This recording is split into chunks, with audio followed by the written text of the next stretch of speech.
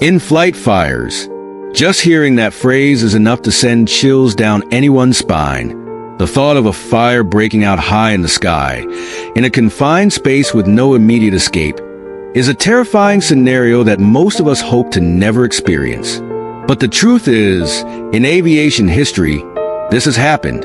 And one of the most devastating and unforgettable examples is the story of Air Canada Flight 797.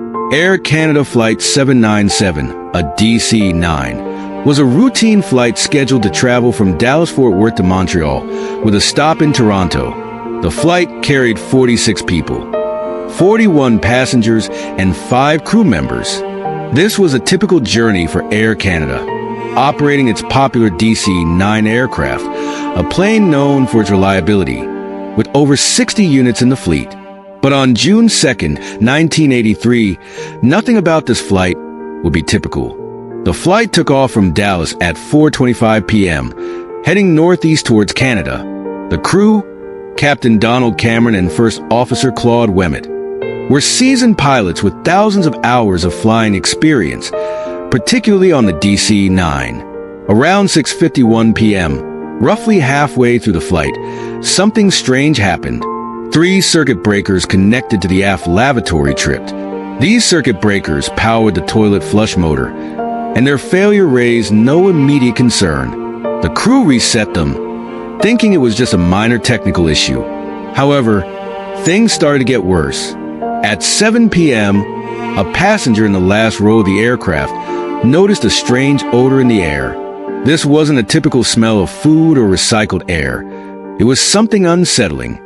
The flight attendants were quickly notified, and Judy Davidson, one of the flight attendants, went to investigate. As she approached the aft lavatory, she could already sense something was wrong. She could smell it. A faint, acrid smoke was beginning to fill the cabin. Without wasting any time, she grabbed a fire extinguisher. Flight attendant Judy Davidson entered the aft lavatory with the fire extinguisher in hand. The door was warm to the touch, but as she peeked inside, there were no visible flames. Instead, a gray smoke was starting to fill the small space.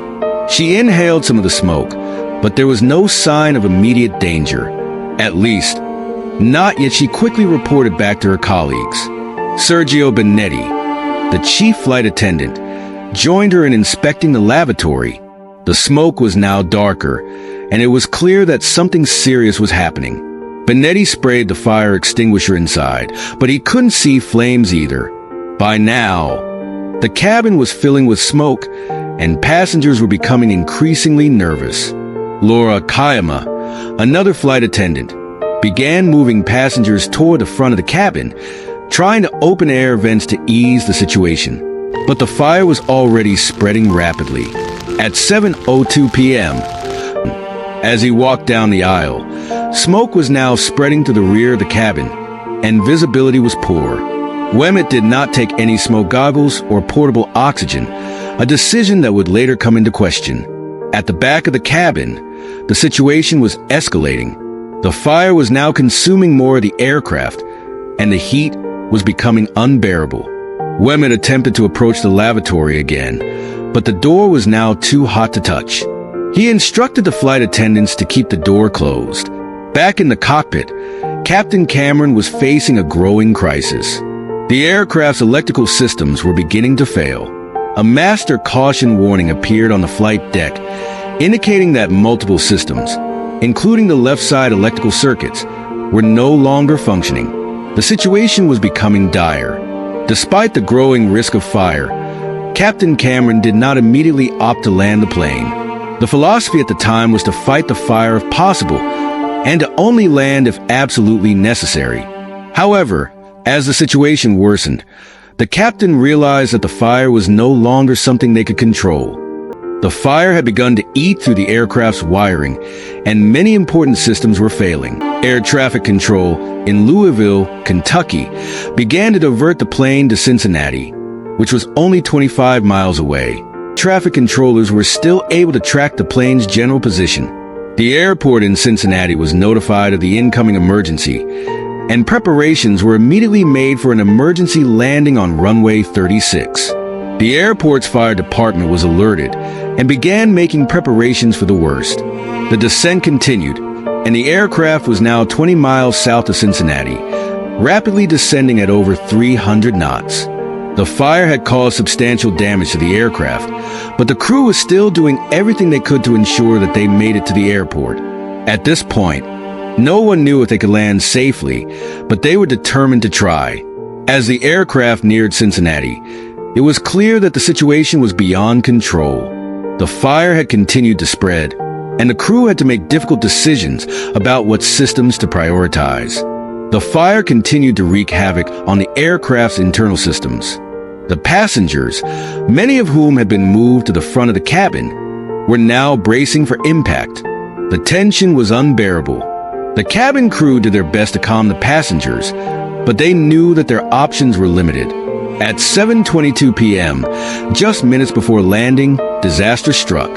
The fire consumed the aft end of the plane, and less than 90 seconds after the aircraft touched down, an explosion occurred in the cabin. The inferno was overwhelming, and despite the crew's best efforts to land the plane, the fire claimed 23 lives. The wreckage of Air Canada Flight 797 serves as a tragic reminder of the dangers that can arise in aviation. The cause of the fire aboard Air Canada Flight 797 has never been definitively determined, though there are theories suggesting electrical malfunctions and possibly a fault with the toilet flush motor. The investigation and the lives lost in the tragedy led to changes in aviation protocols, particularly regarding fire safety and aircraft inspections. This event is a heartbreaking chapter in aviation history, and it serves as a cautionary tale about the unpredictable nature of in-flight emergencies. It's a story of courage, tragedy, and the unrelenting fight to keep those aboard safe, even when faced with seemingly insurmountable odds.